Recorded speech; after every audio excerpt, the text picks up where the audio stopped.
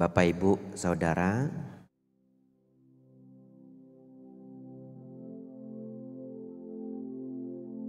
kemarin saya cerita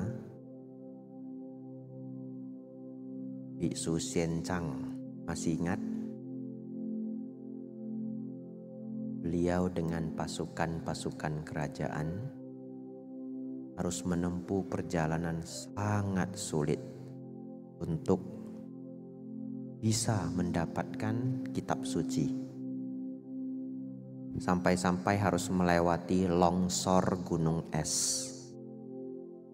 Hari ini Bapak Ibu, bukan longsor gunung es, cuma hujan lebat sudah hilang 40% ya. Kalau ibu-ibu masih hebat ya, yang hilang cuma 10% ya, mungkin ikut online. Tapi bapak-bapak ini hilang 40% ya. Waduh, cuma air Bapak Ibu ya. Tapi ya enggak apa-apa ya. Barangkali banyak hal harus dipikirkan. Bapak Ibu, pelajaran hari ini penting. Bapak Ibu tidak lagi pegang kertas seperti kemarin. Sebelum kita mulai, kita menarik sedikit. Tadi saya masuk, keluar dari lift, ternyata ada jual baju ya. Saya juga baru tahu, ini saya tidak di endorse Mas Sampati ya. Tapi gara-gara saya melihat baju itu, saya teringat satu cerita lucu sekali. Sebenarnya tidak ada dalam rencana ceramah saya hari ini, tidak ada cerita ini. Tapi saya pikir kalau nggak diceritain ya sayang ya. Ketika saya tinggal di Wat Bowon di Thailand, setiap pagi kami pindah patah. Pindah patah di sana itu jam keluar bikunya itu berbeda-beda. Ada yang 15 menit sebelum jam 6, ada yang jam 6, ada yang setengah 7, ada yang jam 7. Kenapa jam 7 Bante? Jam 7 di Thailand sudah agak telat ya, tapi biasanya mungkin karena kurang sehat. Saya pernah sakit, bangunnya sudah hampir jam 7 saya bangun bersih-bersih cepat-cepat dan dalam keadaan sakit ya. Tapi kalau tidak pindah patah tidak makan ya. Iya, di Thailand seperti itu. Kalau di Mas Sampati keluar sudah bermeja-meja makanannya. Jadi walaupun sakit ya pindah patah. Bisa sih sebenarnya minta ke temannya, tapi karena masih sanggup saya pindah patah. 7:30 saya pindah patah. Dan di Thailand itu agak malu, seperti biku telat bangun ya. Iya, kita jalan sudah nggak ada biku. Pergi ke pasar bikunya cuma 2, cuma 3, tapi sakit nggak apa-apa. Jalan keliling sampai ke pasar, keliling sampai jauh. Botanjia puasi lewat ya. Gak ada makanan Bapak Ibu, tidak ada yang berdana. Jalan, hanya di sana masih ada Bante Sakadamo ya. Saya berpikir kalau sudah sampai Ndada minta sedikit makanan beliau. Jalan, beruntung Bapak Ibu ya, sisa-sisa karma baik hari itu ya. Begitu saya mau masuk pintu Wat Bowon, ada umat tiba-tiba turun dari motor, bawa satu kantong dana ke saya, anumodana. Terus saya masuk ke wihara. Luar biasa Bapak Ibu, satu kantong itu sudah ada nasi, sudah ada sayur, ada minumannya, ada jelly lagi ya. Satu set. Mujur ya, lalu bisa makan obat. Bapak Ibu Saudara, satu ketika saya membawa barisan murid-murid Pabaja, mungkin 4 mungkin 5 saya sudah lupa. Lalu waktu itu saya Pabaja, saya dapat barang yang belum pernah saya dapatkan ya. Saya dapat baju short ya, short itu celana pendek sama singlet. Iya, masukin ke bowl ya. Jadi pindah patah itu ndak boleh ngomong sebenarnya Bapak Ibu ya. Ini sebenarnya supaya Bapak Ibu nanti pindah patah ketemu biku, bikunya diem, itu bukan sombong. Selamat pagi Bante. Pagi Bante. Itu bukan sombong ya. Sebenarnya Pindapata tidak boleh. Baiknya tidak ngomong. Baca parita pun tidak apa-apa. Tapi di Indonesia tidak bisa. Selamat pagi Bante. Bante selamat pagi. Tidak dijawab. Sombong kapuasi Bante.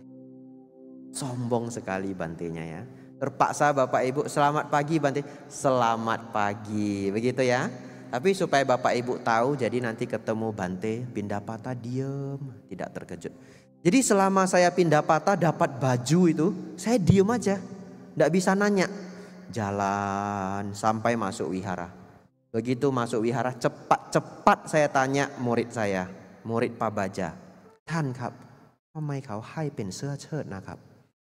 Ada yang paham?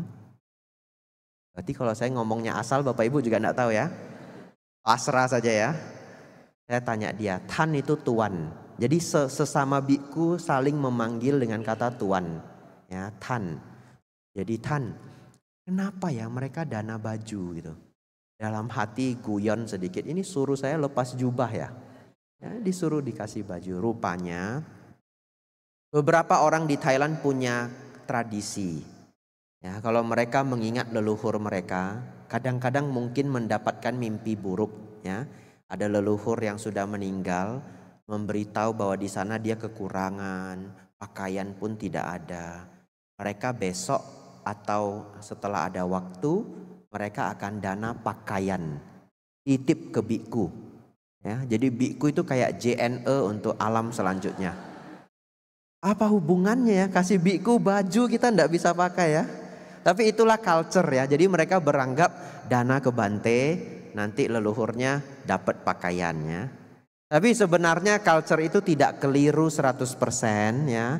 Hanya kurang pas ya. Kalau Bapak Ibu ingin berdana atas nama para leluhur, dananya jubah. Betul ya? Jadi para biku bisa pakai. Kalau dananya singlet, waduh ndak boleh pakai ya. Akhirnya ya pakaian itu saya kasih ke anak wihara. Bapak Ibu Saudara, tidak ada hubungannya dengan baju di depannya. Hanya begitu saya lihat, keingat pernah dapat baju pas Pindapata di Thailand. Bapak Ibu Saudara, lihat Bapak Ibu standby ya. Hari ini saya bawa 2 buku. 1 buku tulis, 1 buku cetak. Buku ini bagus sekali. Dicetak oleh Patria Sumut ya. Ya, ini saya kasih lihat bukunya, Recognizing the Dhamma. Katanya sudah habis cetakannya. Nanti entah kapan kalau ada cetak lagi, boleh kirim ke saya ya. Kirim ke Wihara Mendut kalau ada ya, tidak maksa ya. Ini cetakan Patria Sumut. Buku ini sangat bagus. Ini buku Bante Thanisaro. Tapi kalau saya minta Bapak Ibu dibagiin semuanya pun, baca ya Bapak Ibu, baca ya. Yang baca mungkin 10%. Sisanya pajangan ya. Nggak apa-apa dah, saya saja yang baca, ceritain ke Bapak Ibu ya. Bapak Ibu Saudara, hari ini pelajaran kita adalah belenggu pencapaian Nibbana ya. Baik, 19.50 kita mulai pelajarannya. Bapak Ibu konsentrasi ya.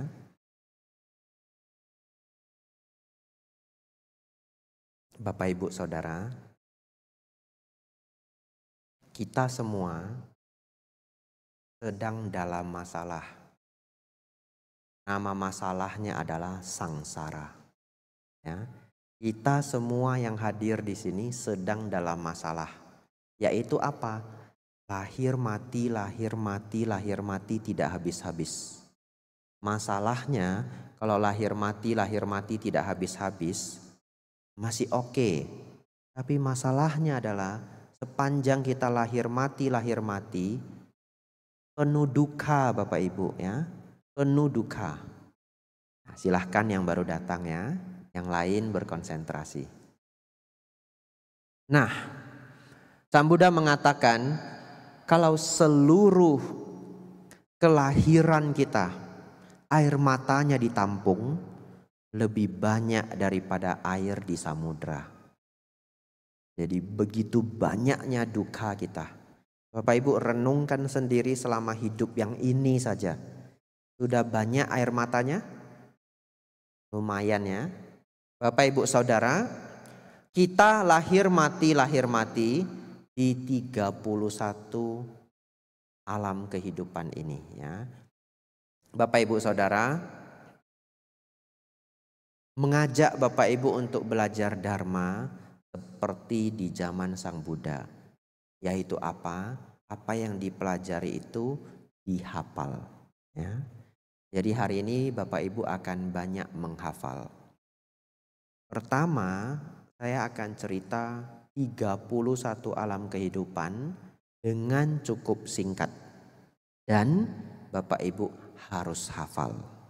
Bapak Ibu Saudara, 31 alam ini dimulai dari 4 alam menderita. Bapak Ibu tidak boleh datang ke sini ya. Singgah pun jangan ya. Alam paling rendah Bapak Ibu, alam neraka. Bahasa Palinya adalah niraya. Di alam ini seseorang menjalankan kehidupan yang sangat menderita, penuh siksaan. Tapi kenapa seseorang bisa lahir di alam neraka? Karena sangat kejam. Punya sifat kejam ya. Seperti apa punya sifat kejam? Misalkan mereka yang membunuh seperti bermain ya. Bagi mereka membunuh seperti bermain. Apakah para psikopat ya, dan yang lainnya, pembunuh berantai. Yang mana kalau tertangkap mereka ya memang membunuh seperti bermain. Dan mereka yang melanggar pelanggaran berat ya, membunuh ayah, membunuh ibu, memecah belah sangga, dan kejahatan-kejahatan lainnya, mereka akan jatuh ke alam neraka. Satu alam di atasnya Bapak Ibu, alam binatang. Di alam binatang ini juga penuh penderitaan. Kenapa? Yang besar makan yang kecil ya. Yang besar makan yang kecil. Bapak Ibu Saudara, di alam binatang itu penuh dengan ketakutan. Saking takutnya Bapak Ibu lihat, hewan-hewan itu penuh siaga. Kenapa? Silap sedikit kemakan.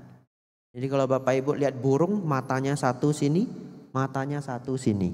Supaya apa? Supaya tidak dimakan. Bapak Ibu dekati sedikit, dia sudah lari ya. Bahkan Bapak Ibu Saudara, kalau Bapak Ibu di rumah punya peliharaan anjing, coba lihat anjing yang sudah nyaman sekali hidupnya di rumah kita, kalau tidur dia sering seperti mimpi buruk ya. Nanti perhatikan ya. Nah, dia sering seperti mimpi buruk. Kenapa? Itulah ingatan-ingatan karma buruk yang mengikuti. Dia hidup dalam ketakutan.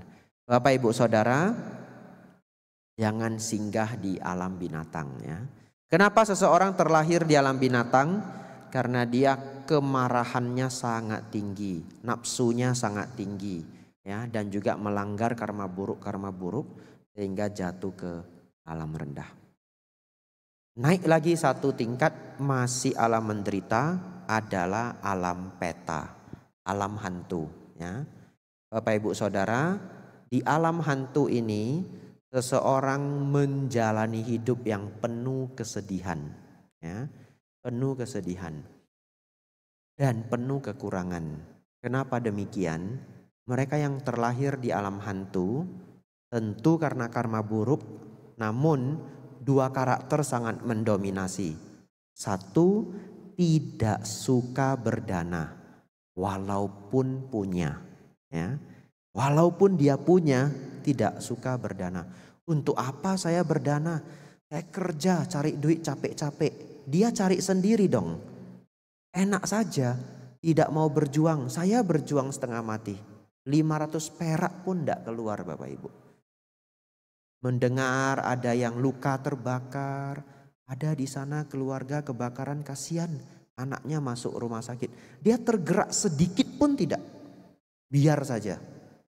Tidak suka berdana.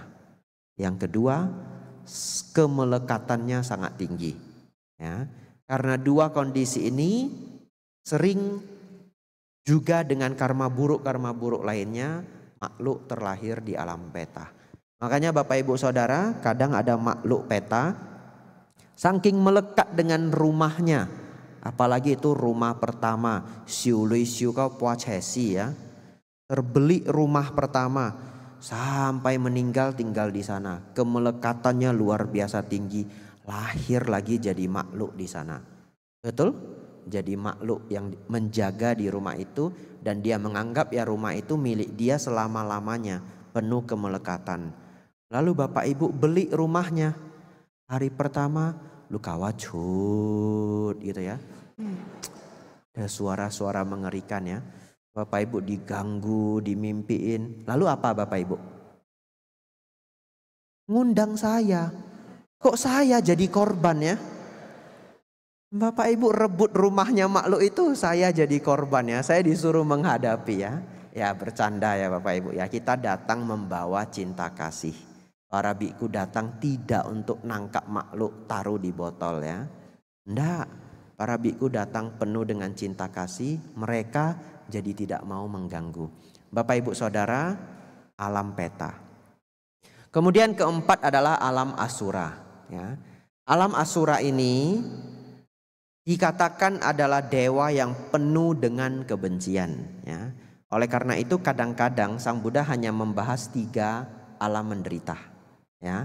Namun di beberapa buku ditambahkan alam asura adalah alam menderita. Silahkan, yang penting kita memahami ya, bahwa para makhluk dewa pun apabila terperangkap penuh dengan kebencian, maka dia akan penuh dengan penderitaan. Bapak Ibu Saudara, 4 alam menderita. Kelima, alam manusia ya.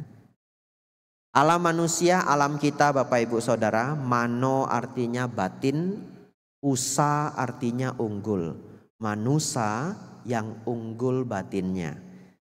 Ya, jadi manusia adalah makhluk yang unggul batinnya. Siapa yang baru dengar hari ini ada? Beberapa ya. Waduh, sudah jadi manusia bertahun-tahun ya. Baru tahu arti manusia ya. Tidak apa-apa ya. Mending tahu hari ini daripada tidak sama sekali ya. Bapak Ibu Saudara, manusia adalah makhluk yang unggul batinnya. Di alam ini Bapak Ibu ada ciri khas. Kalau mau dibilang alam ini penuh kebahagiaan sih enggak juga ya. Harus kerja Senin sampai Sabtu ya. Kalau enggak makan lapar ya. Kemudian tubuh ini tidak dibersihkan, sebentar saja bau. Itulah alam manusia, bukan alam dewa ya. Artinya perantara ya Bapak Ibu Saudara. Namun alam manusia ini ada satu kebaikan. Di sini kita melihat suka dan duka datang silih berganti. Suka dan duka datang silih berganti. Dengan suka dan duka datang silih berganti, kita lebih mudah melihat dhamma. Sang Buddha mengatakan, barang siapa melihat duka, dia melihat dhamma. Bapak Ibu Saudara, ini alam manusia. Kemudian 6 tingkat alam dewa, 20 tingkat alam Brahma. Totalnya berapa? 31, 4 menderita, 1 manusia, 6 alam dewa, 11 tambah 20, 31. Apa bedanya Bapak Ibu alam dewa dengan alam Brahma? Bedanya adalah 6 tingkat alam dewa ini semuanya masih memiliki nafsu ragawi. Artinya 6 tingkat alam dewa ini ada suami dan istri ya. 20 tingkat alam Brahma tidak ada nafsu ragawi. Nanti Bapak Ibu sudah belajar pelajaran hari ini akan paham kenapa. Jadi di 20 alam Brahma tidak ada suami, tidak ada istri, tidak ada pembagian laki-laki perempuan, karena di sana mereka telah melenyapkan nafsu ragawi. Itulah perbedaan dewa dengan Brahma. Kadang-kadang Brahma juga disebut dewa. Jadi kalau Bapak Ibu mendengar 26 alam dewa berarti sudah tahu pembagiannya. Kuis tidak berhadiah. Ada kuis tidak berhadiah. Karena saya tidak bawa hadiah ya. Oh, kalau itu paling ada pir sama apel ya. Bapak Ibu Saudara, kuis tidak berhadiah. Ada berapa semua total alam nafsu? Alam yang masih memiliki nafsu ragawi.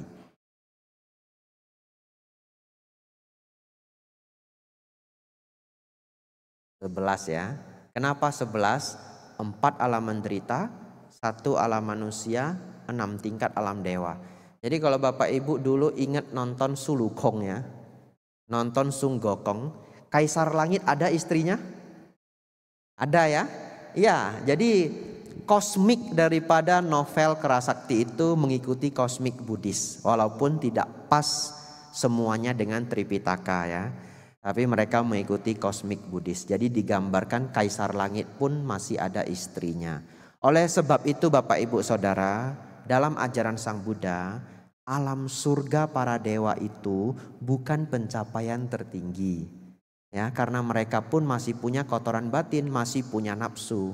Saya mau tanya, kalau masih punya suami, punya istri, bisa enggak cemburu? Bisa ya? Ada laki-laki lain atau perempuan lain dekat saja, dekat 50 cm saja. Sudah amsyong ya. Sudah muncul cemburu. Nah, Bapak Ibu Saudara, selama masih ada nafsu ragawi, kotoran batin tentu belum lenyap. Jadi alam dewa itu bukan yang tertinggi. Brahma pun bukan yang tertinggi. Bapak Ibu Saudara, 31 alam kehidupan harus selalu kita hafal. 4 alam menderita, 1 alam manusia, 6 tingkat alam dewa, 20 tingkat alam Brahma. Bapak Ibu Saudara, setelah ini kita masuk ke topik utama. Nah, kita lahir mati di antara alam-alam ini ya. Kadang terlahir di alam dewa, bisa jatuh lagi ke alam manusia, melakukan keburukan, jatuh lagi ke alam rendah, bisa naik, bisa turun lagi. Bapak Ibu bisa bahkan melihat hal seperti ini di kehidupan ini. Maksudnya bagaimana?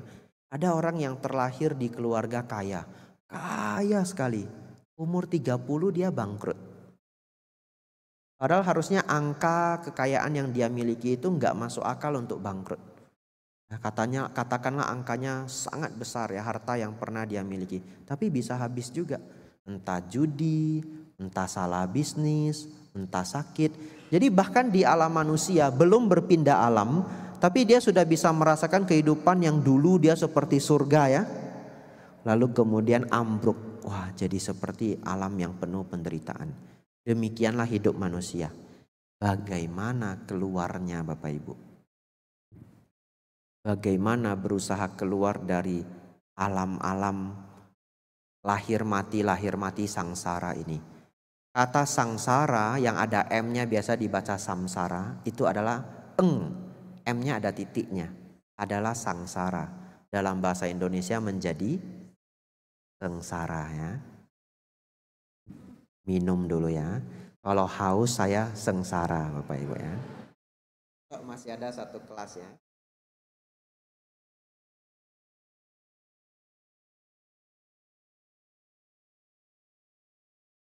Bapak Ibu Saudara, setelah ini bagian yang sangat penting. Kita dicengkram oleh belenggu. Belenggu ini totalnya ada 10. Hari ini kita hanya belajar 6. 10-nya saya sebutkan, tapi akan saya bahas 6. Inilah 10 belenggu yang mencengkram kita. Hari ini Bapak Ibu akan belajar ya. Bisa terbebas dari 3 saja sudah sangat luar biasa. Apa yang 10 itu? Hafal ya Bapak Ibu ya. Harus hafal ya. Kan zaman Sang Buddha semua dihafal ya. Ya, jadi harus hafal, minggu depan keluar ujian ya. Yang pertama, pandangan salah. Yang kedua, keraguan. Apa yang pertama? Pandangan salah. Yang ketiga, pandangan bahwa ritual dan upacara dapat menyucikan diri. Kita hafal bahasa Palinya saja karena lebih singkat. Nanti saya akan jelaskan ini sangat lengkap. Silabata Paramasa. Silabata Paramasa. Nomor 4, nafsu indra atau nafsu ragawi. Nomor 5, kemarahan dan kedengkian. Nomor 5 Bapak Ibu, kemarahan dan kedengkian. Dendam dan dengki ya, dendam dan dengki. Nah, coba yang tidak mencatat coba menjawab. Kalau yang mencatat pasti bisa jawab ya. Coba yang tidak mencatat. Nomor 2 apa? Wah, hebat sekali semua ya. Baik, ini 5 belenggu pertama. 5 ini disebut 5 belenggu rendah. Ya, saya lanjutkan 6 sampai 10. Nomor 6 adalah nafsu akan keberadaan materi. Nomor 7, nafsu akan keberadaan non-materi. Nomor 8, kesombongan. Nomor 9, kegelisahan. Nomor 10, kedunguan. Saya mengharapkan Bapak Ibu menghafal 5 yang pertama. Lalu 6 sampai 10 sekedar ya. Tapi kalau Bapak Ibu penasaran nanti kapan-kapan bisa cari lagi. Namanya 10 belenggu. Bapak Ibu Saudara, akan saya bacakan Anguttara Nikaya 10. Jadi saya akan bacakan bagaimana Sang Buddha mengungkap 10 belenggu ini ya. Terdapat 10 belenggu. 10. 5 belenggu rendah dan 5 belenggu tinggi. Dan manakah yang termasuk 5 belenggu rendah? Pandangan salah, keraguan, kemelekatan pada kebiasaan dan ritual, nafsu indra, dan dendam dan dengki. Inilah 5 belenggu rendah. Dan manakah yang termasuk 5 belenggu tinggi? Nafsu akan keberadaan materi, nafsu akan keberadaan non-materi, kesombongan, kegelisahan, dan kedunguan. Inilah 5 belenggu tinggi dan inilah ke-10 belenggu. Anguttara Nikaya 10.13. Ini 10 belenggu Bapak Ibu ya. Informasi selanjutnya sangat berharga ya, sangat berharga. Jadi konsentrasi dengan penuh. Ini mengenai kesucian ya. Ini mengenai kesucian. Ini penting sekali. Akan saya bacakan. Majjhima Nikaya 118. Ini cuplikannya. Terdapat dalam sangga beberapa biku yang dengan melepaskan diri dari 3 belenggu yang pertama adalah penakluk arus, Sotapanna. Mantap, tidak pernah lagi ditakdirkan untuk sengsara, menuju kebangkitan diri. Terdapat beberapa biku yang dengan melepaskan diri dari 3 belenggu yang pertama dan mengikis nafsu, kebencian dan khayalan, loba, dosa, moha adalah sekali pengembalian sakadagami. Setelah kembali hanya 1 kali ke dunia ini, mereka akan mengakhiri ketegangan. Selanjutnya, terdapat beberapa biku yang dengan melepaskan diri dari ke-5 belenggu pertama akan dilahirkan kembali dalam kediaman luhur, alam Brahma Sudawasa. Di sana akan terbebas, tidak akan kembali ke dunia itu lagi. Terdapat beberapa biku yang adalah arahat, yang kekotoran batinnya telah berakhir, yang telah mencapai pemenuhan diri, menyelesaikan tugas, menanggalkan beban, mencapai tujuan akhir, menghancurkan keseluruhan belenggu kehidupan, dan yang membebaskan diri melalui pengetahuan benar. Majjhima Nikaya 118. Bapak Ibu Saudara, dari cuplikan sutta ini Sang Buddha memberitahu kita meninggalkan 3 belenggu yang pertama, pandangan salah, keraguan, silabata paramasa adalah standar seorang Sotapanna. Bukan saya yang mengucapkan ini. Majjhima Nikaya 118. Meninggalkan 3 belenggu yang pertama, lalu melemahkan dosa loba moha adalah standar pencapaian sakadagami, satu pengembalian. Apa arti sakadagami? Akan lahir di alam manusia 1 kali lagi, kemudian mencapai nibbana. Bapak Ibu Saudara, selanjutnya melenyapkan 5 belenggu adalah pencapaian anagami, dan ini sulit. Nanti akan saya bahas. 10 belenggu adalah pencapaian arahat. Bapak Ibu Saudara, bagi yang belum familiar, saya bahas sedikit, lalu silahkan dihafal ya. Kesucian itu ada 4 tingkat: Sotapanna, Sakadagami, Anagami, Arahat.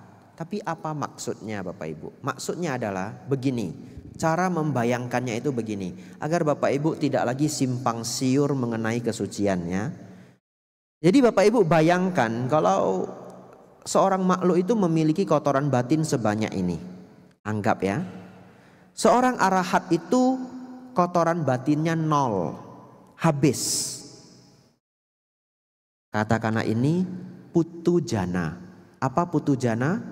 Orang yang belum mencapai kesucian, putu jana.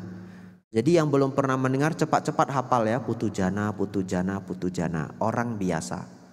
Ketika dia mencapai Sotapanna, sebenarnya semua standarnya itu adalah berkurangnya dosa loba moha. Sesungguhnya, jadi sederhana sekali walaupun praktiknya tidak gampang. Dia seorang biasa, belum mencapai kesucian, putu jana, berkurang dosa loba mohanya, dia seorang Sotapanna. Berkurang lagi, dia seorang Sakadagami. Berkurang lagi, dia seorang Anagami. Habis, dia seorang arahat. Bapak Ibu Saudara, kesucian dalam agama Buddha bukanlah wahyu. Bukan karena ditunjuk, ini sudah suci, sudah suci. Bukan, ada standarnya. Standarnya apa? Dosa loba moha. Nanti akan kita bahas sangat detail. Bapak Ibu Saudara, baik.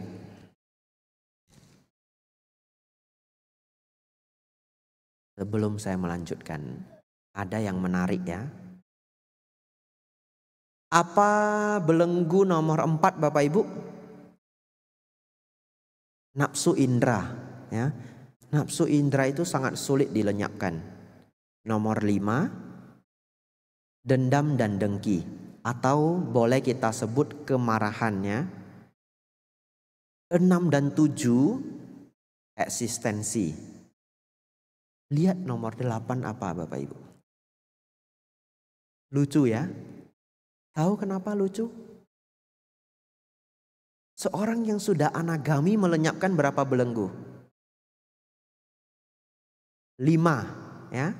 Sotapanna 3, Sakadagami 3, tambah melemahkan loba dosa moha ya. Anagami melenyapkan 5, tapi masih ada nomor 8. Lucu enggak? Masih ada apa Bapak Ibu? Sombongan. Jadi hari ini kita belajar 2 hal Bapak Ibu. Yang pertama adalah ternyata melenyapkan kesombongan itu sulitnya minta ampun ya.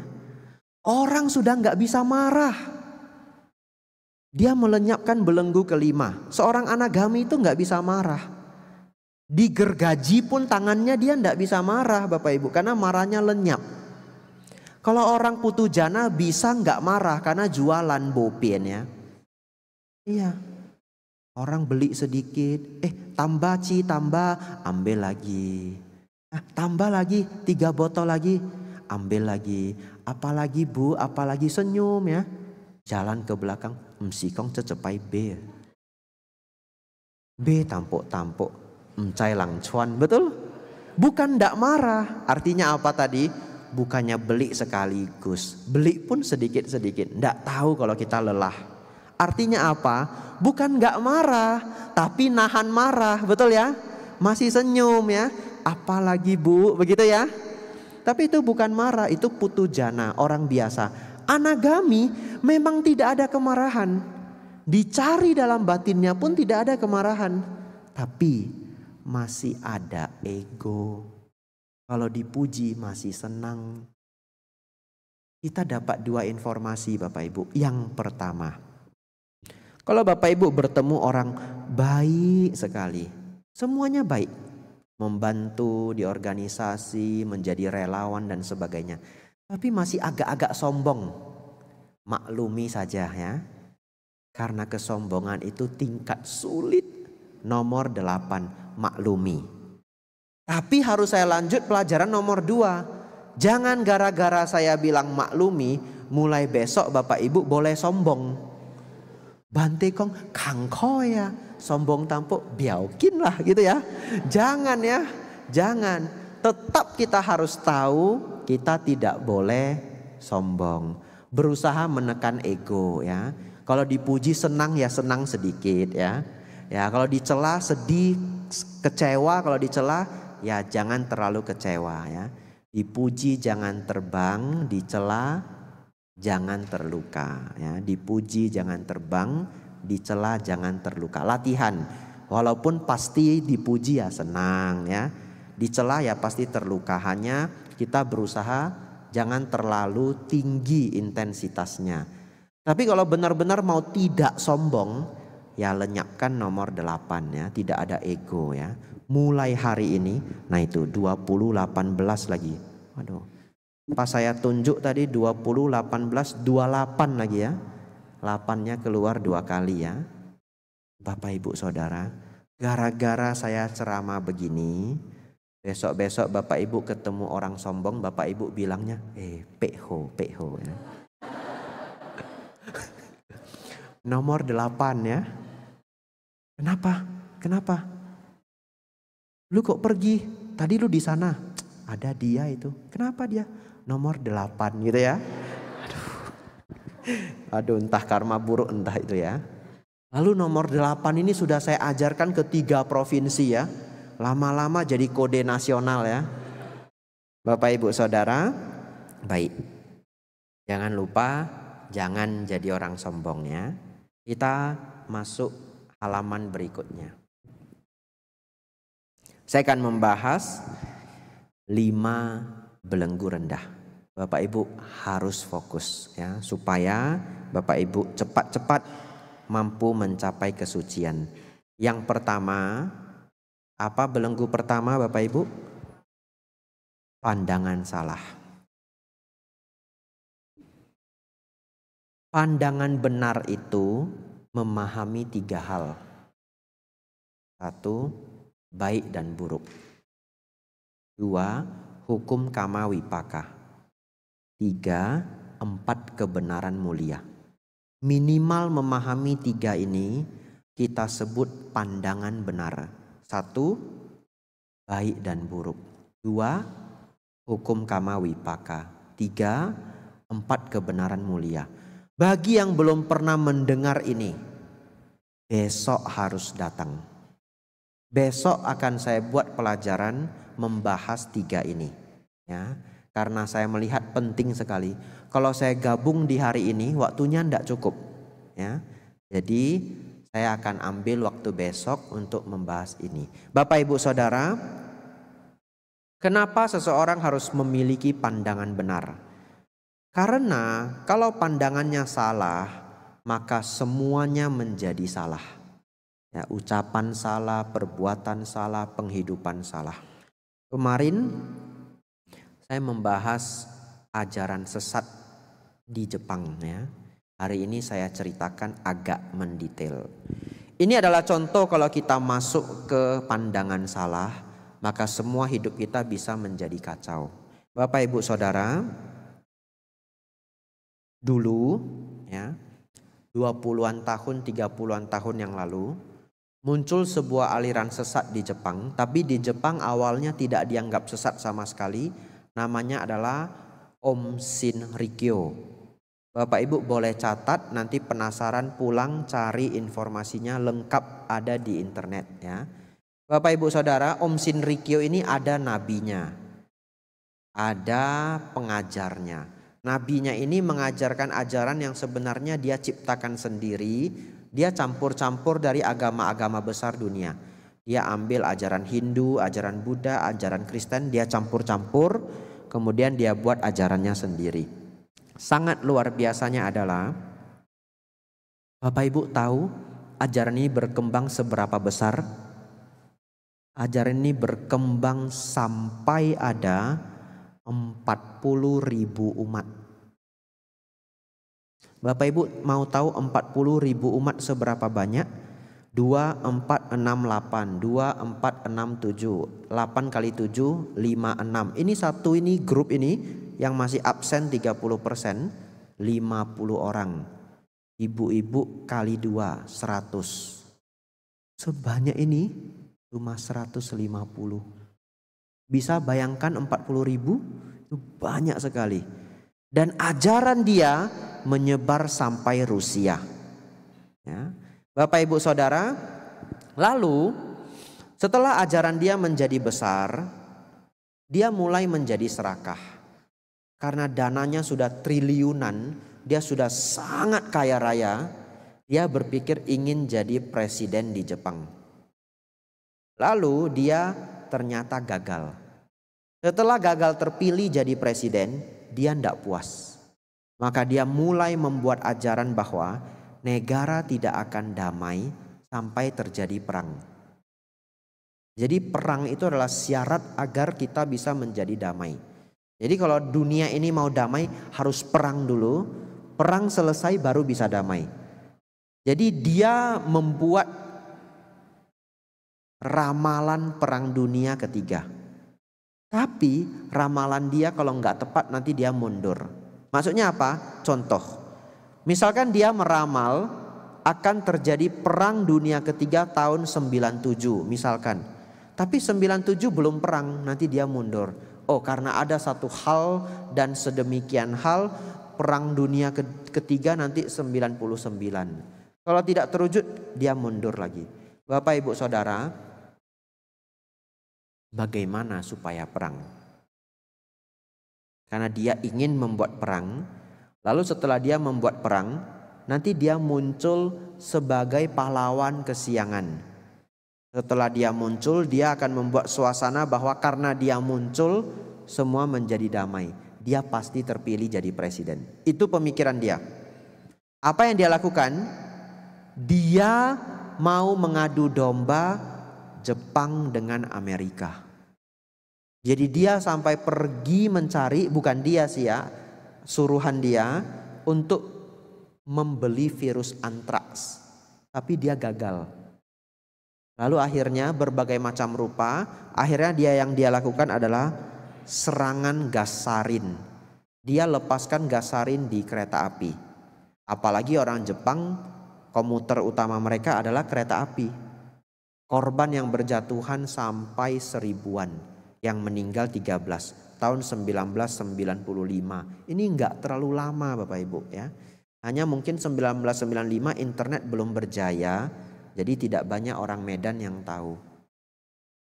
Kenapa dia melepas gas sarin? Niat dia adalah nanti yang tertuduh adalah negara lain sehingga memicu perang. Itu niat dia. Bapak Ibu Saudara, saat ini sekte ini sudah ditutup resmi.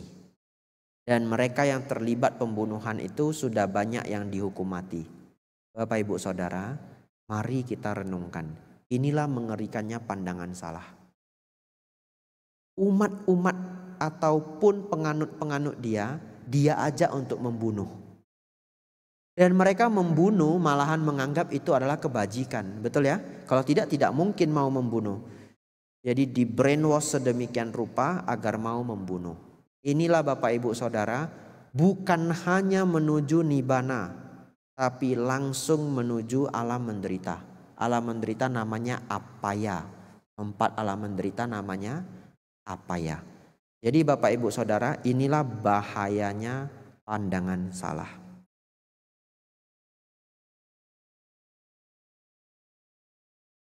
Belenggu kedua. Apa belenggu kedua Bapak Ibu? Keraguannya. Belenggu kedua ini tidak saya bahas panjangnya. Belenggu keraguan ini Bapak Ibu kita lenyapkan dengan memiliki sada pada Buddha, Dhamma dan Sangha. Namun poin paling penting daripada keyakinan adalah meyakini Sang Buddha mencapai pencerahan. Sang Buddha mencapai tingkat arahat ya. Jadi keyakinan kita itu kita munculkan pada awalnya adalah meyakini Sang Buddha mencapai tingkat kesempurnaan. Sehingga dengan demikian kita meyakini ajaran beliau dan juga murid-murid beliau yaitu Sangha. Bapak Ibu Saudara, namun bagaimana cara kita meyakini bahwa Sang Buddha mencapai pencerahan? Cara terbaiknya adalah belajar dan praktik Dhamma. Kenapa? Karena keyakinan dalam Dharma itu bukan keyakinan membuta. Keyakinan dalam Dharma itu adalah keyakinan yang didasari oleh investigasi dan praktik. Yang tidak datang kemarin, nanti pulang besok-besok nonton rekaman ceramah Dhammanya, Kalama Sutta. Namun apa maksudnya bahwa keyakinan kita itu dibentuk atau fondasinya adalah memahami Dhamma dan juga praktik Dhamma. Begini, Bapak Ibu Saudara, Bapak Ibu tidak akan bisa menjadi Buddhis kalau hanya sekedar menulis KTP-nya Buddhis. Ya, mengubah KTP Buddhis di tempat pemerintahan itu tidak lantas membuat Bapak Ibu jadi Buddhis. Agar Bapak Ibu benar-benar menjadi Buddhis harus memahami Dhamma. Minimal pandangan benar. Ya, minimal pandangan benar. Yang 3 tadi. Baru seseorang bisa dikatakan seorang Buddhis. Lalu kalau Bapak Ibu sudah paham ajaran Buddha, maka keyakinan itu benar-benar didasari oleh pengetahuan, didasari oleh kebijaksanaan. Lalu Bapak Ibu praktik. Pertanyaan saya, Bapak Ibu yang sudah belajar Dhamma cukup lama di wihara, apakah kemarahannya berkurang atau bertambah? Berkurang, pasti berkurang. Bapak Ibu flashback, bandingkan dengan 5 tahun yang lalu, 3 tahun yang lalu, pasti berkurang. Keserakahan bertambah atau berkurang? Pasti berkurang. Hidup menjadi lebih cincai ya. Lalu Bapak Ibu, ego berkurang. Kalau ego bertambah, ingat nomor 8 ya. Belajarnya keliru, ego harus dikurangi setahap demi setahap. Lalu ini yang Bapak Ibu akan rasakan. Setelah Bapak Ibu belajar Dhamma di wihara, batinnya jadi damai atau kacau? Damai. Itu bukti. Bukti bahwa ajaran Sang Buddha membawa manfaat. Setelah itu kita jadi yakin dengan Sang Buddha, benar? Kita memang belum mencapai nibbana. Tetapi setiap dari praktek kita, dari waktu ke waktu yang kita rasakan apa? Loba, dosa, moha berkurang. Kedamaian bertambah. Sembari merasakan itu muncul keyakinan yang lebih tinggi. Keyakinan umat Buddha muncul dari pemahaman dan praktek. Itu maksudnya. Lanjut poin ketiga. Ini poin sangat penting ya. Saya minum dulu ya.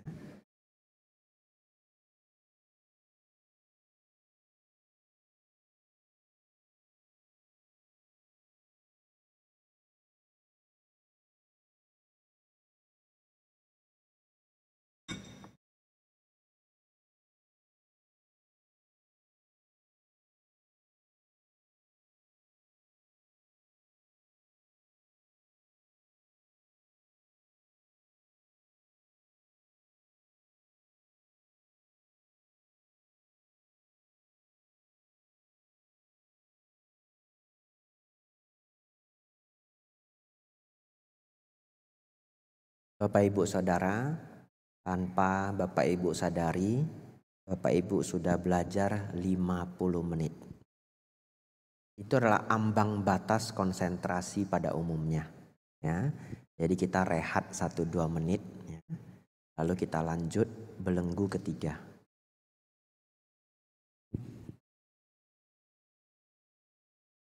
Kalau lenyap 3 belenggu adalah syarat seorang sotapana. Saya akan bahas di sini sembari kita merehatkan otak kita. Bapak Ibu Saudara, walaupun Bapak Ibu melihat, oh standarnya 3 ini. Tapi saya menyarankan tidak perlu dipikirkan kapan atau sudahkah kita sotapana atau sakadagami. Saya menyarankan tidak perlu dipikir-pikirkan. Kenapa? Yang penting Bapak Ibu setiap hari mengecek loba dosa moha saya berkurang atau bertambah. Ya, itu yang paling penting. Yang paling gampang dilihat apa? Kemarahan. Yang paling gampang dilihat adalah kemarahan. Yang penting Bapak Ibu cek dulu. Sepertinya saya seminggu marah 2 kali. Akhir bulan 3 kali. Sekarang marah 10 hari sekali. Akhir bulan seminggu sekali. Ya sudah mendingan. Itu yang lebih baik Bapak Ibu pikirkan. Ya. Kalau Bapak Ibu memikirkan, oh ini wah sotapana leolo ya. Nanti ternyata standar pengetahuan Bapak Ibu belum pas dengan yang dimaksudkan dengan Sang Buddha. Mungkin Bapak Ibu berpikir sudah berpandangan benar, ternyata belum. Mungkin Bapak Ibu sudah berpikir, oh sila bata paramasa sudah saya lenyapkan, ternyata belum ya. Lalu yang ada apa? Semakin sombong. Mending tidak perlu dipikirkan. Terus belajar Dharma. Standar itu hanya kriteria nama. Ya, hukum karma tidak akan pergi kemana. Kalau Bapak Ibu memang sotapana, dilabeli tidak dilabeli, tidak akan jatuh ke alam rendah. Bante dari tadi cerita sotapana, sakadagami, anagami, wape leo Bante ya, uhami yong. Wah, saya sudah hafal manfaatnya apa, baik. Seorang sotapana Bapak Ibu maksimal 7 kehidupan lagi akan mencapai nibbana.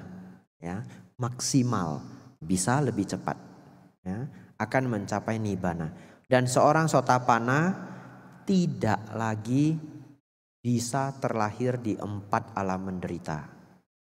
Lalu pertanyaan saya, sotapana masih ada nafsu atau tidak?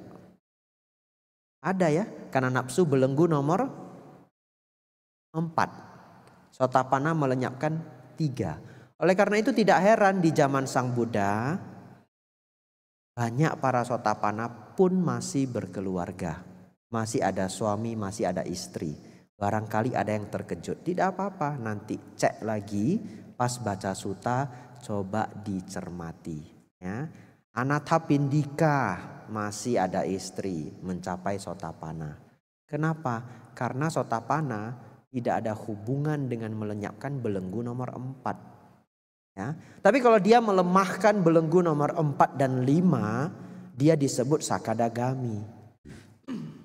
Umumnya sakadagami itu sudah tidak lagi beristri atau bersuami. Ya. Jadi Bapak Ibu Saudara, kenapa saya menginformasikan ini? Agar Bapak Ibu sadar umat Buddha walaupun bukan biku mampu mencapai kesucian. Ya, malahan itu adalah target utama Bapak Ibu, capailah setidak-tidaknya sotapana. Untuk apa sudah belajar Dhamma tapi masih akan jatuh ke alam rendah? Ya, sesungguhnya Sang Buddha mengajarkan jaminan kepada kita. Kenapa kemarin ada 4 jaminan? Ingat ya, ini lanjutannya. Kenapa kemarin Sang Buddha menjamin tidak akan lahir di alam menderita?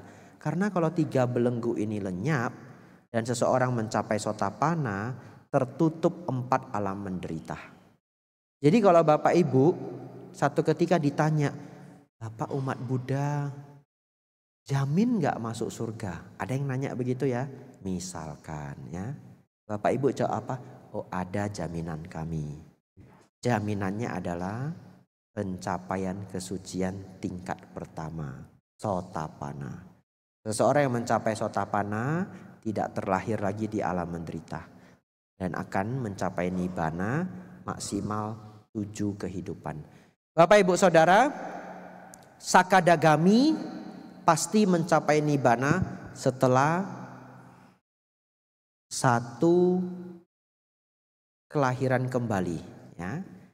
Lalu yang sisanya nanti akan saya bahas. Baik, lanjut Bapak Ibu. Ini poin favorit saya, ya. Poin favorit saya. Bapak Ibu Saudara, Sila Bata Paramasa ini artinya kemelekatan pada ritual dan upacara, atau pandangan salah bahwa ritual dan upacara dapat menyucikan diri. Maksudnya apa? Begini Bapak Ibu.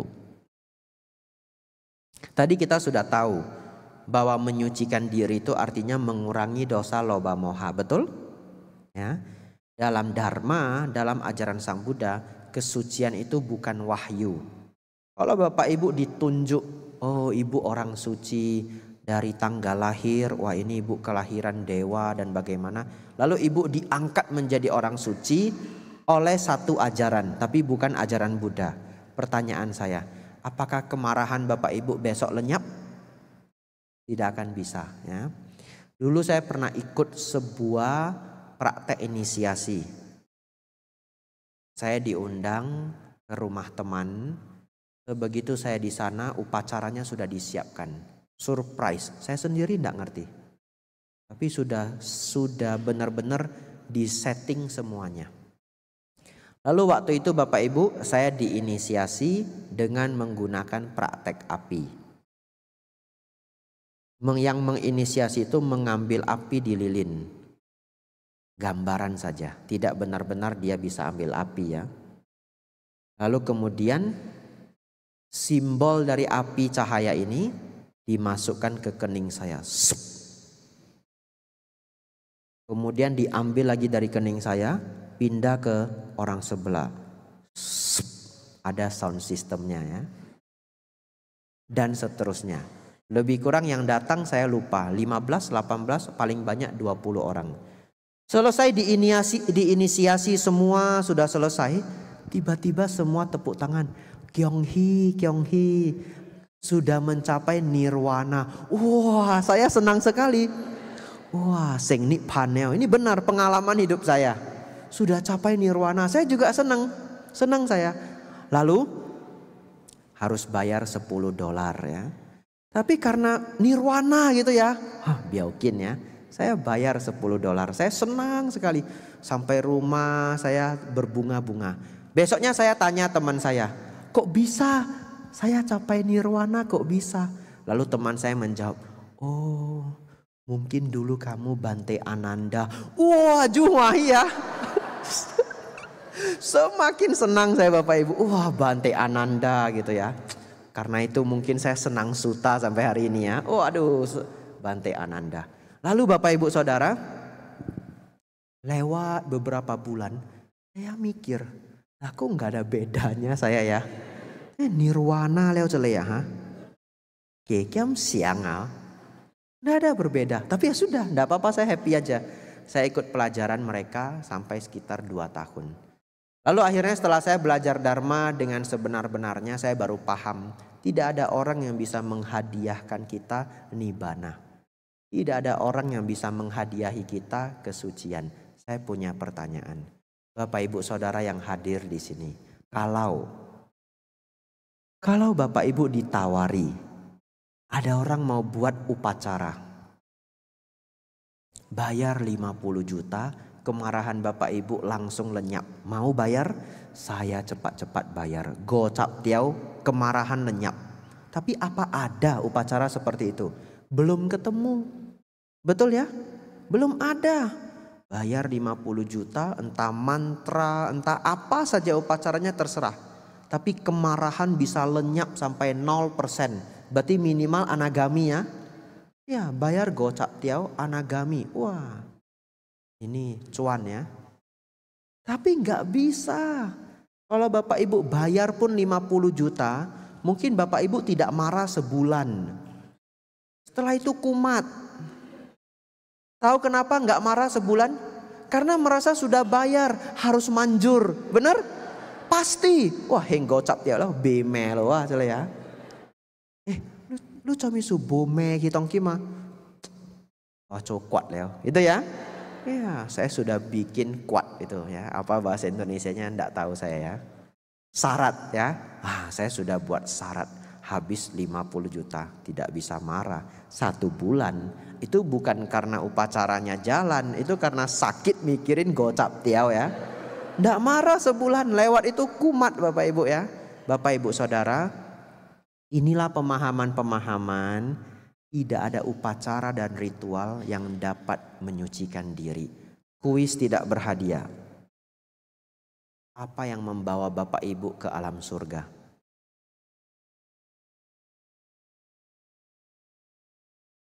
Kebajikan betul, sila betul. Tapi sebenarnya jawabannya sama. Tingkat dosa loba moha. Betul? Semakin rendah alamnya, dosa loba mohanya semakin tinggi. Semakin tinggi alamnya, dosa loba mohanya semakin rendah. Hanya dosa loba moha ini bagaimana dikurangi? Praktek sila, makanya silena sugating yanti. Betul ya?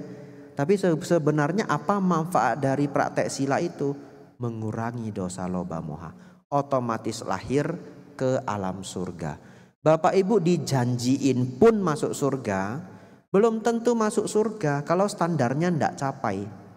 Ya, bagaimana masuk surga? Batinnya kejam. Diberi pun kuncinya tidak bisa masuk Bapak Ibu. Itulah maksud dari sila bata paramasa. Sejak hari ini Bapak Ibu menyadari, memahami sila bata paramasa, kesucian dicapai dengan belajar dharma dan praktek dharma. Belajar dharma dan praktek dharma. Tidak ada upacara dan ritual apapun yang dapat menyucikan diri. Bapak Ibu Saudara, 2 belenggu selanjutnya. Yang selanjutnya adalah nafsu indra ya. Singkat saja mengenai nafsu indra ini.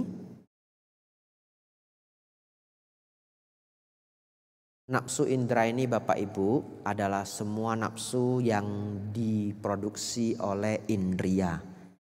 Dari apa yang kita makan ya, apa yang kita dengar, sentuhan kulit ya, dan sebagainya. Kenapa nafsu yang tinggi ini bisa berbahaya? Kalau Bapak Ibu nonton berita, kadang-kadang karena nafsu yang sangat tinggi, seseorang mencuri, betul? Dia mencuri motor sport padahal dia tidak butuh. Kenapa? Pengen. Pengen itu apa? Nafsu. Kalau dia mencuri karena kelaparan, itu masih terpaksa karena kebutuhan. Tapi dia curi motor sport, tidak dia jual juga. Kalau ditanya kenapa kamu curi? Pengen. Pengen itu apa? Nafsu. Lebih mengerikan lagi, kadang-kadang ada yang sampai, mohon maaf, mengganggu anak perempuan sendiri, cucu perempuan sendiri, kriminal yang sangat jelek. Bahkan kalau masuk penjara katanya nanti di dalam penjara pun akan dihajar habis-habisan oleh para napi lainnya. Karena rendah sekali, jahat sekali hal itu. Bapak Ibu Saudara, terdorong oleh apa? Nafsu. Oleh karena itu nafsu bisa menjadi sangat mengerikan. Bapak Ibu Saudara, bagaimana mengurangi nafsu? Prakteknya adalah ambil atas sila. Nah, saya menyarankan Bapak Ibu ambil atas sila seminggu sekali.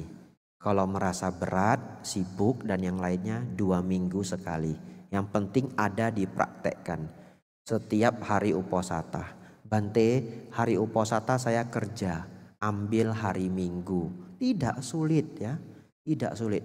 Pagi-pagi makan ya. Nanti jam 11 makan lagi kemudian stop. Kalau hari Minggu ya tidak perlu make up yang gak apa-apa, dirapiin ya. Ya kalau takut hitam ya pakai sunscreen cincai lah ya. Nanti flek-flek muncul Bante, hayo. Oh kau puasi lah Bante ya, cincai lah. Sunscreen kan bukan make up ya. Sunscreen itu obat supaya nggak kena kanker kulit. Nah boleh lah. Lalu Bapak Ibu Saudara tidak make up, belajar sederhana. Supaya apa? Memahami bahwa namanya tubuh ini akan tua, akan mati. Kita tidak selalu ganteng, tidak selalu cantik. Bisa menerima itu adalah kebijaksanaan. Nafsu akan kecantikan, kegantengan, kemelekatan pada itu berkurang dan berkurang. Belajar menahan lapar ya. Jadi kalau malam lapar bagaimana Bante? Minum air saja ya. Nah, kalau Bapak Ibu ketemu saya malam, kalau orang Medan kan Bante cak paleo boy, botan cak leo ya. Ya, belajarlah. Tidak entertainment di hari itu ya. Tidak main game, tidak dengar musik, tidak nonton drama Korea ya. Berhenti dulu. Gantinya apa? Dengar ceramah dhamma dan meditasi. Jangan atasilah Bante, ndak boleh dengar musik kok drama Korea besai. Jadi saya tidur aja ya. Tidak berkualitas atasilahnya ya. Ya kalau ngantuk tidur silahkan, tapi gunakanlah waktu itu untuk meditasi, dengar dharma ya. Kadang-kadang ada rekreasi keluarga. Bapak Ibu tidak harus mengorbankan keluarga rekreasi sambil puasa. Kasihan anak-anak. Ganti atasilanya bisa besok, bisa lusa ya. Bijaksanalah dalam menjalani kehidupan. Semakin sering Bapak Ibu praktek atasila, maka nafsu akan semakin gampang berkurang. Selain itu juga senang mendengarkan dhamma ya. Senang mendengarkan dharma, praktek dharma, pelan-pelan nafsu akan berkurang. Dan yang paling penting adalah samadhi. Bapak Ibu Saudara, poin selanjutnya adalah kemarahan. Selesai 5 ini, seseorang mencapai anagami. Apa sih sebenarnya anagami? Anagami artinya tidak kembali lagi. Kuis tidak berhadiah. Tidak kembali kemana?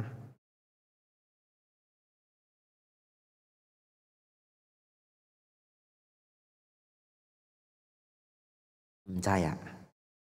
Tidak kembali masampati.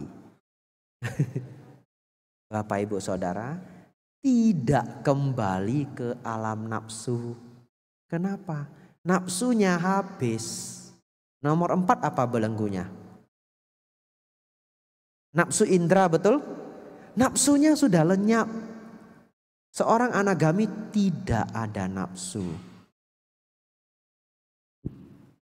Jadi Bapak Ibu Saudara, seorang anagami tidak ada nafsu. Sehingga dia tidak ada pengkondisi untuk lahir di 11 alam nafsu. 4 alam menderita, 1 alam manusia, 6 tingkat alam dewa. Seorang anagami akan terlahir di alam Brahma. Namanya alam Brahma Sudawasa. Mereka akan terlahir di sana dan mencapai nibbana di alam itu. Artinya terus berlatih.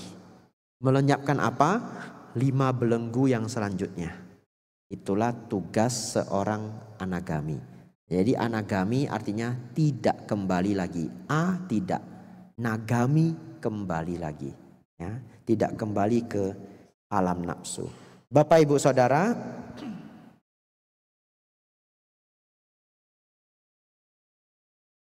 satu pelajaran terakhir mengenai kemarahan, namun ini saya pikir sangat bermanfaat. Ya. Saya tidak banyak membahas kemarahan karena topik yang sudah sangat sering kita bahas. Semua juga tahu apa itu kemarahan. Namun nanti akan saya tutup ceramah dhamma saya dengan membacakan syair yang sudah mirip seperti puisi di halaman 30 buku ini. Indah sekali, namun itu akan menjadi penutup. Sebelum itu kita belajar satu hal yang bisa memunculkan dendam dan dengki ya. Karena tadi di buku ini diterjemahkan sebagai dendam dan dengki. Artinya itu adalah penerjemahan yang paling pas. Ada satu hal yang bisa menjadikan kita satu jenis kotoran batin yang jarang dibahas, tapi menjadi pemicu dendam dan dengki. Namanya adalah MANA, mana. MANA, mana. Ini topik terakhir malam ini. MANA. Apa artinya mana?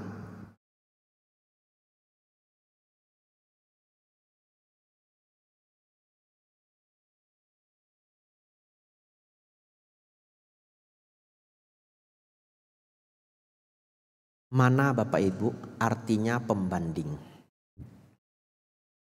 Ada 3 pembanding. Kalau ini muncul di batin kita, bisa menyebabkan potensi penderitaan. Memang tidak langsung menderita pada saat itu, tapi bisa menjadi potensi penderitaan.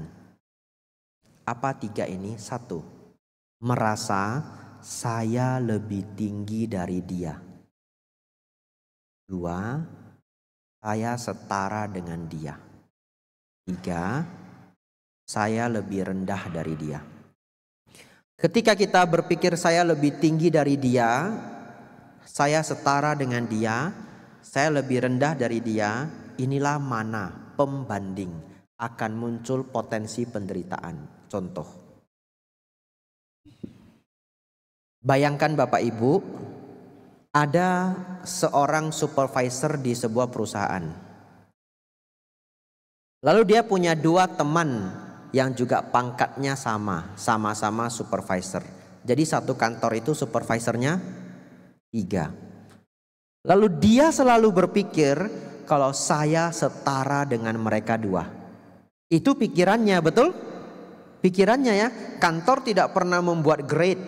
Dia yang mikir sendiri. Saya setara dengan 2 teman saya.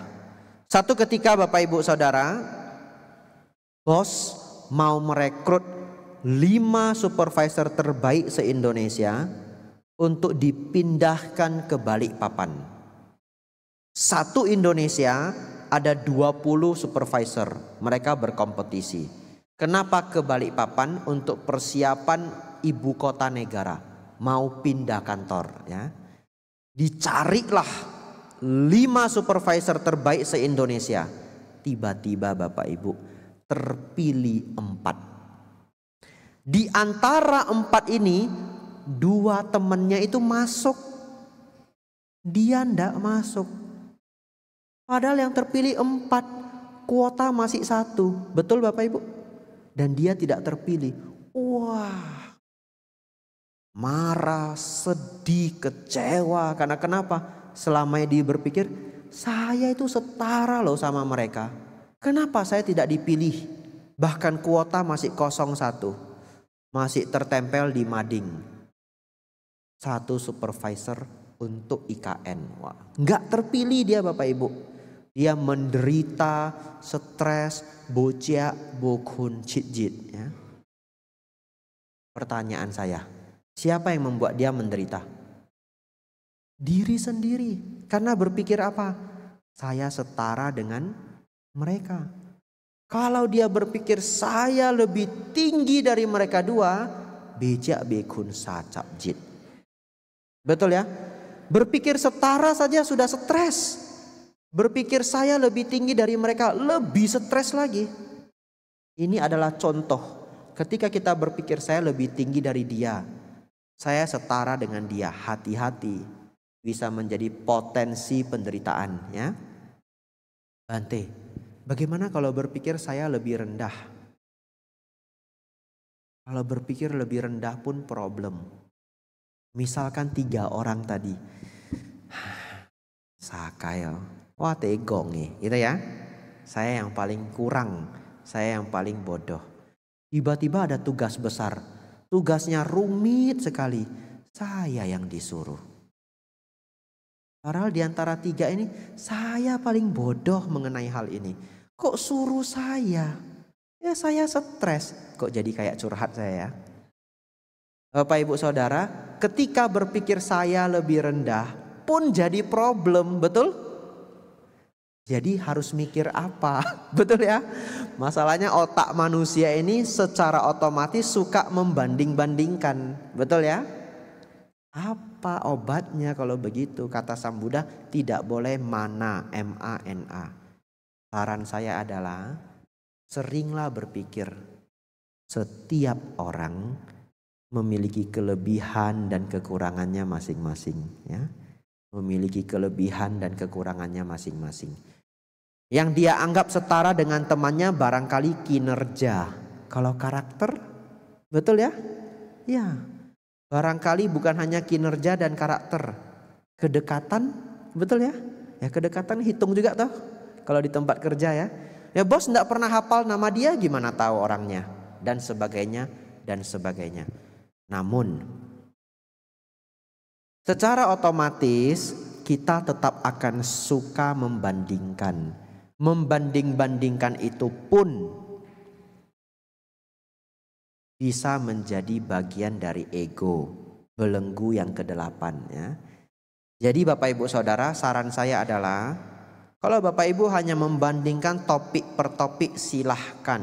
Tapi setelah itu kembali pada pandangan setiap orang punya kelebihan dan kekurangan. Contoh, Bapak Ibu buka warung makan, mau cari tukang masak terbaik, ya harus dibandingkan, betul ya?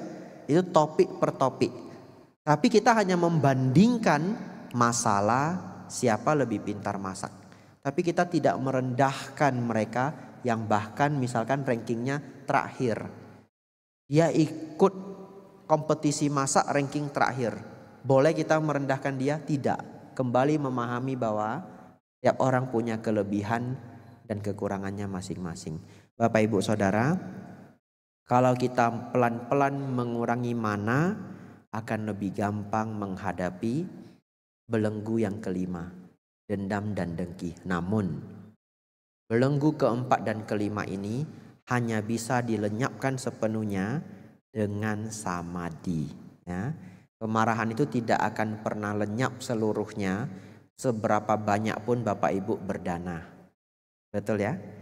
Makanya ada yang pernah tanya ke saya, Bante, katanya meditasi itu kebajikan tinggi. Kan gak keluar apa-apa. Kalau berdana kan keluar sesuatu. Berikan ke orang lain. Masa nafas masuk, nafas keluar. Nafas masuk, nafas keluar. Cetun pun bocut. Kebajikan anetwa. Cina bofer ya. Ada yang bilang begitu ya. 1 perak pun tidak keluar. Nafas masuk, nafas keluar. Enggak fair. Enggak Bapak Ibu ya. Kebajikan itu tidak hanya dinilai dari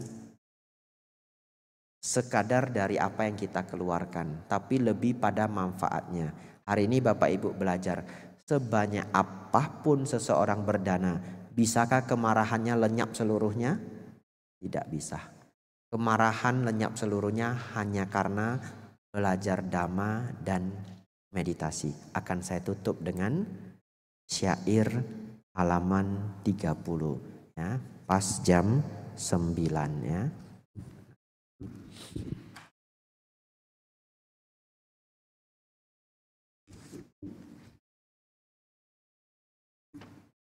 Indah sekali syair ini Bapak Ibu, Anguttara Nikaya 7.60. Saya senang sekali dengan syair ini.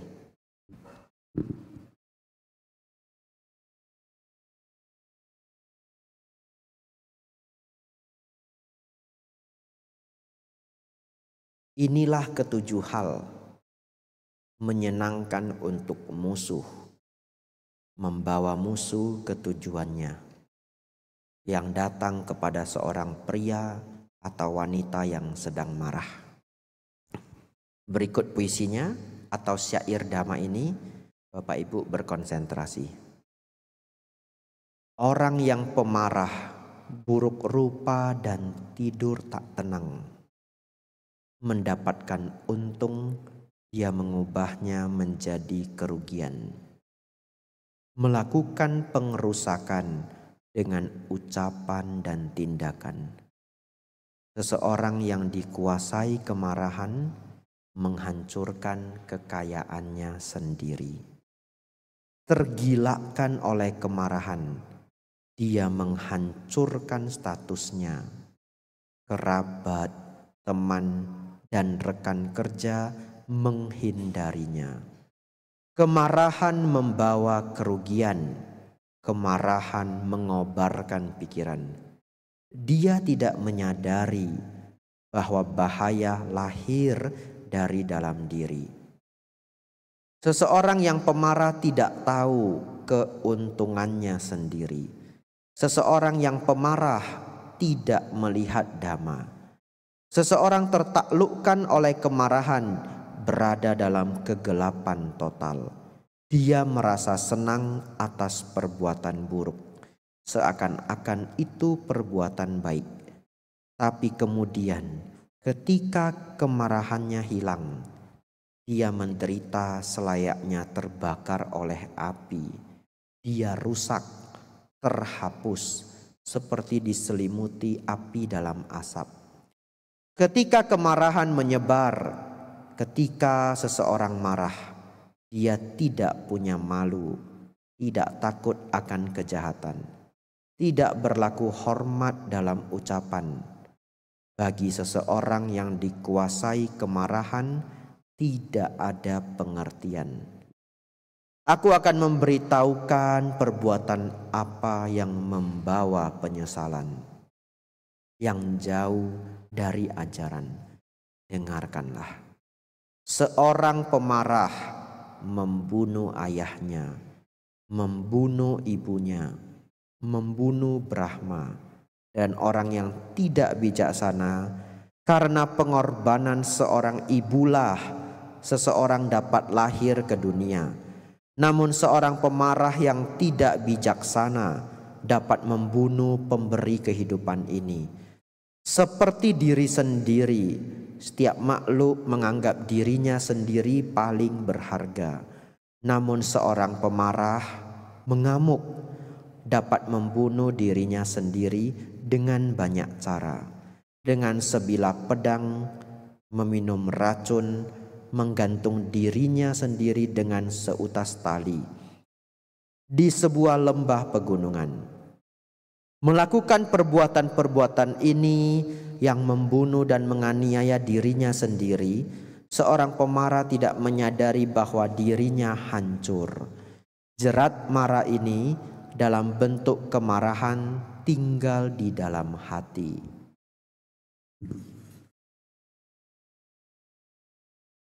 Hentikanlah dengan pengendalian diri, kearifan, ketekunan, pandangan benar.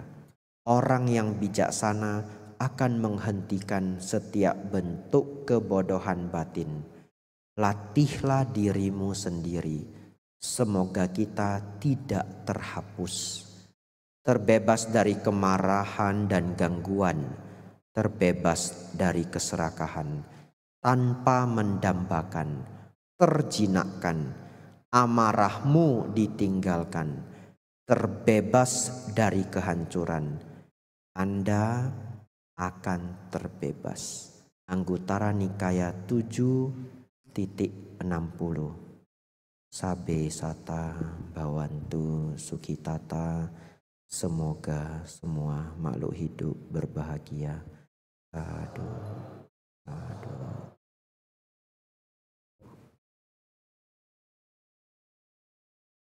Ya, mungkin dari umat ada yang mau bertanya, persilakan.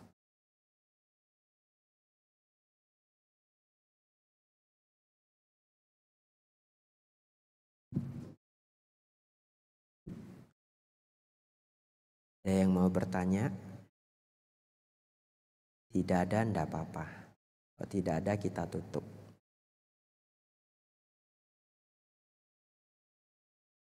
Terima kasih atas Dhamma Desana yang telah disampaikan oleh Yang Mulia Biku Abijato. Semoga dapat menambah pemahaman dan keyakinan terhadap Buddha Dhamma. Ya, Bapak Ibu Saudara, sedikit ya. Ya, buku ini penerjemahnya adalah Saudara Stevenson Kantadamo. Penyunting Pandita Rudi Harjon Dhamma Raja. Tata letak Saudara William Joti Karo.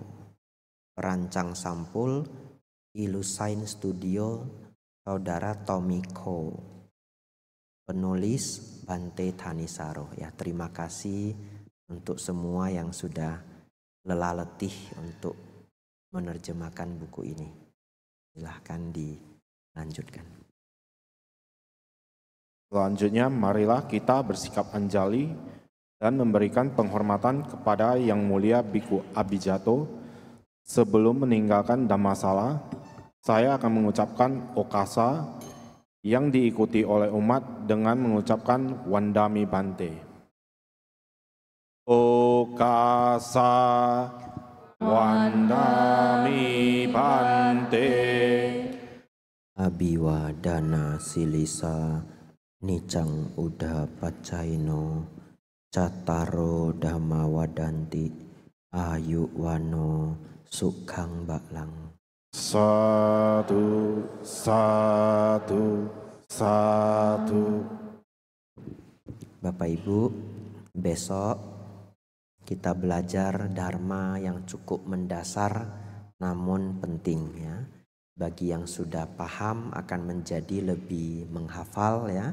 Yang sudah pernah mendengar akan menjadi lebih paham. Silahkan ajak siapa saja temannya yang dirasa basic dharmanya dia kurang pede atau bagaimana, datang pelajaran besok karena saya usahakan pelajarannya sangat basic namun tetap sangat menarik.